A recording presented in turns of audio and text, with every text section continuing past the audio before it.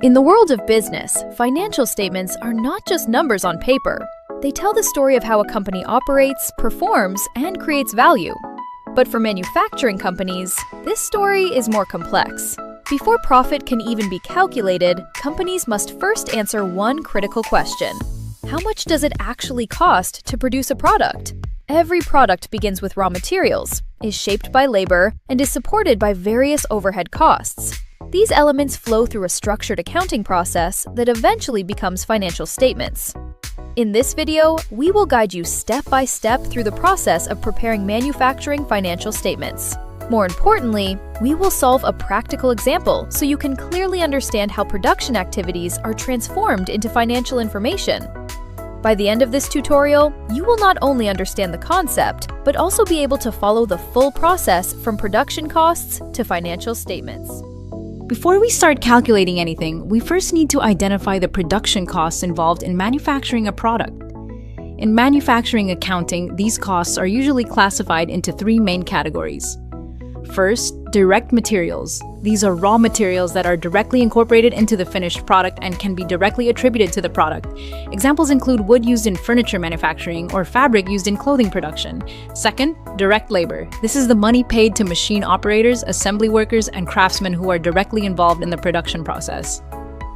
Third, manufacturing overhead. This includes all indirect production costs that support the production process but are not directly related to a specific product, such as factory rent, electricity costs for production machinery, maintenance costs, and equipment depreciation.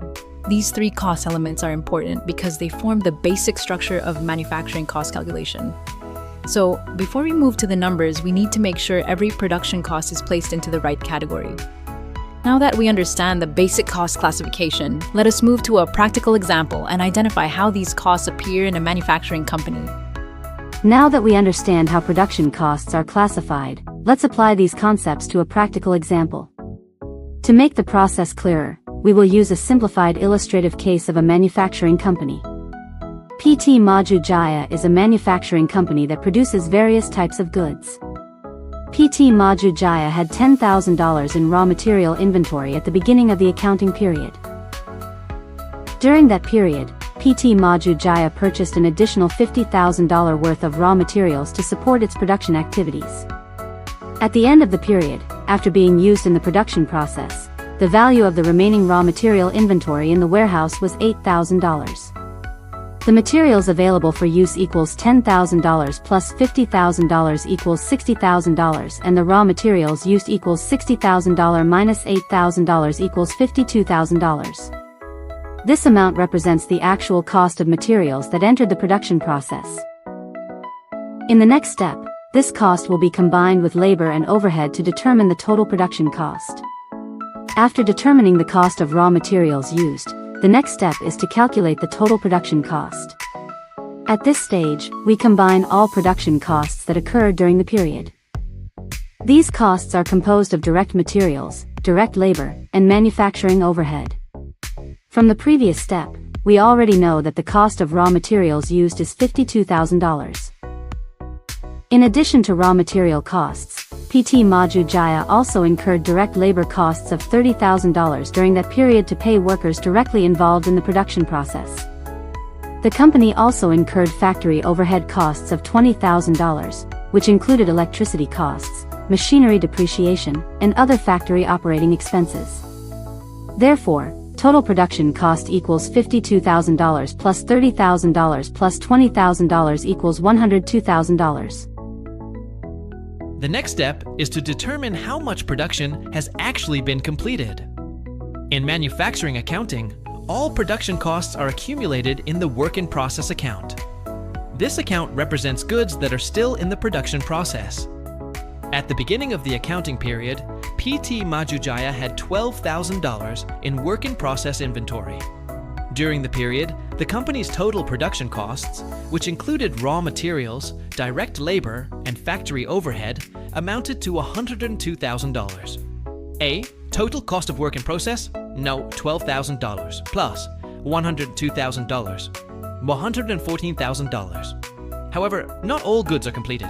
Some products are still unfinished at the end of the period, which is recorded as ending work in process, no, we're $10,000. cost of goods manufactured. $114,000, $10,000, $104,000. After determining the cost of goods manufactured, the next step is to calculate how much of these goods have actually been sold. In this stage, costs move from finished goods inventory to cost of goods sold. As part of the financial statements for PT Maju Jaya, at the beginning of the accounting period, the company had finished goods inventory totaling $15,000. During the period, the company completed the production of goods with a total cost of goods manufactured of $104,000. A. Goods available for sale is $15,000 plus $104,000 equal $119,000. Thus, the total goods available for sale during that period amounted to $119,000. At the end of the period, the remaining finished goods inventory in the warehouse was recorded at $12,000. B. COGS is $119,000 minus $12,000 equal $107,000. After calculating the cost of goods sold, the final step is to present the results in the financial statements. The cost of goods sold is reported in the income statement to determine the company's gross profit. Gross profit equals sales revenue, cost of goods sold. Using PT Maju Jaya's data, sales revenue equals $200,000. Cost of goods sold equals $107,000. Gross profit equals $200,000 minus $107,000 equals $93,000. The remaining inventories are reported in the inventory section of balance sheet as current assets. These include raw materials inventory equals $8,000. Work in process inventory equals $10,000. Finished goods inventory equals $12,000. At this stage, all production activities have been translated into financial information. Production costs become inventory. Inventory becomes cost of goods sold, and cost of goods sold affects profit. This shows how manufacturing operations are connected directly to financial performance. In conclusion, the preparation of manufacturing financial statements is a structured process that begins with identifying production costs and ends with presenting financial performance. Starting from raw materials, labor, and overhead, all costs are accumulated through the production process, transferred into finished goods, and finally recognized as the cost of goods sold. This step-by-step flow shows that financial statements are not created instantly, but are the result of systematic cost tracking and accurate calculations.